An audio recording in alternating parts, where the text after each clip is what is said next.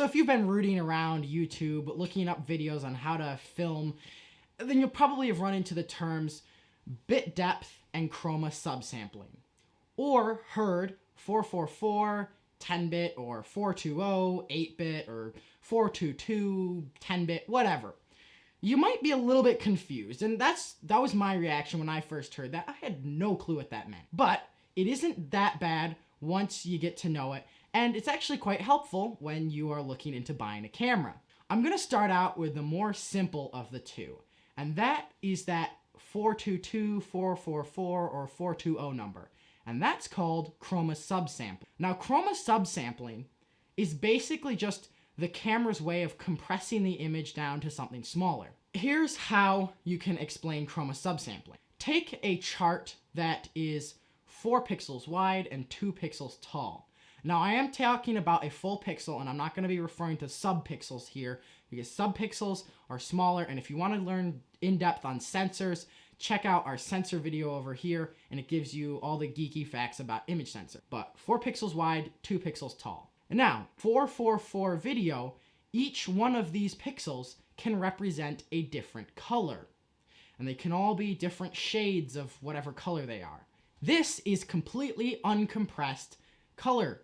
So, if you want to compress that color, you would change it to something like 422. And what this does is it takes 2 pixel segments, so it splits those 8 pixels into 4 groups, and each group can be a color. However, each color within each pixel within that group can have a different shade. This means you can compress down the data that needs to be saved onto an SD card. So an easy way to remember this is 444 is uncompressed color, 422 splits it into groups of 2, and then there's 420, which means it splits it into 2 groups of 4 in this 8 pixel rectangle. Now, again, each square of 4 pixels has to be the same color. However, they can be different shades, which allows for some definition. 420 is what most consumer cameras film.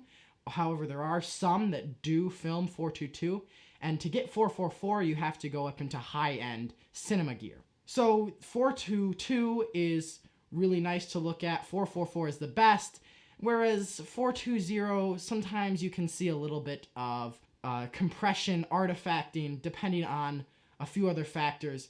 And one of these factors is what I'm going to be talking about next, which is bit depth. Now, bit depth can get a little bit complicated.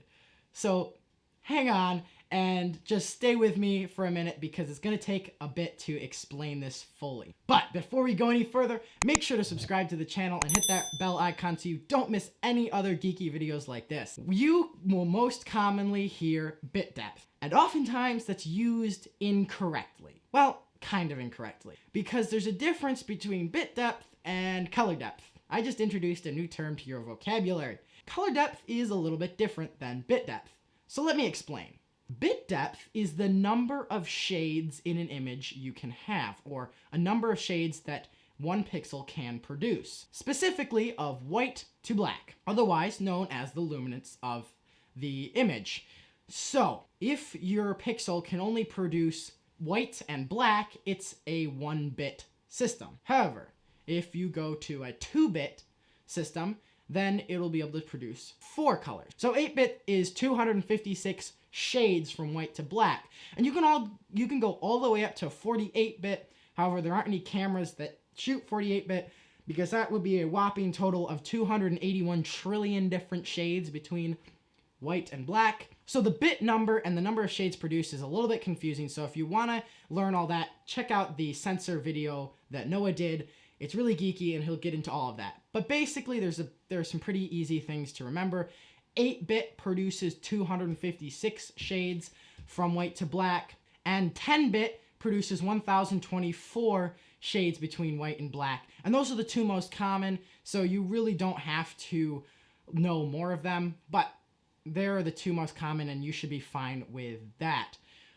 Let's move on, because it gets more complicated than that. Images are just not white and black. We have moved into color, and that introduces red, green, and blue, RGB. Red, green, and blue are the colors that are used to produce what we see on screens or the light captured on your sensor, which will then be played back on a screen. Now, this adds another factor into bit depth, and this is where it turns into color depth. Because when you introduce these three shades, red, green, and blue, you have to multiply your number of shades to the third. Now this means that a 8-bit image will produce 16,777,216 different colors. Now this is including shades and different variations of color. So when you introduce red, green, and blue,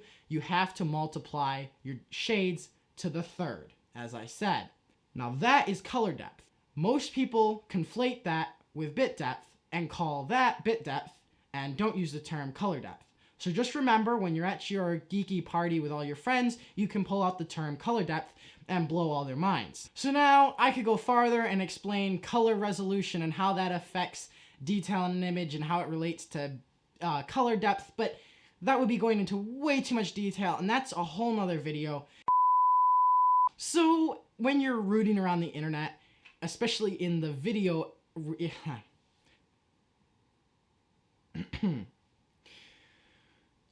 color depth is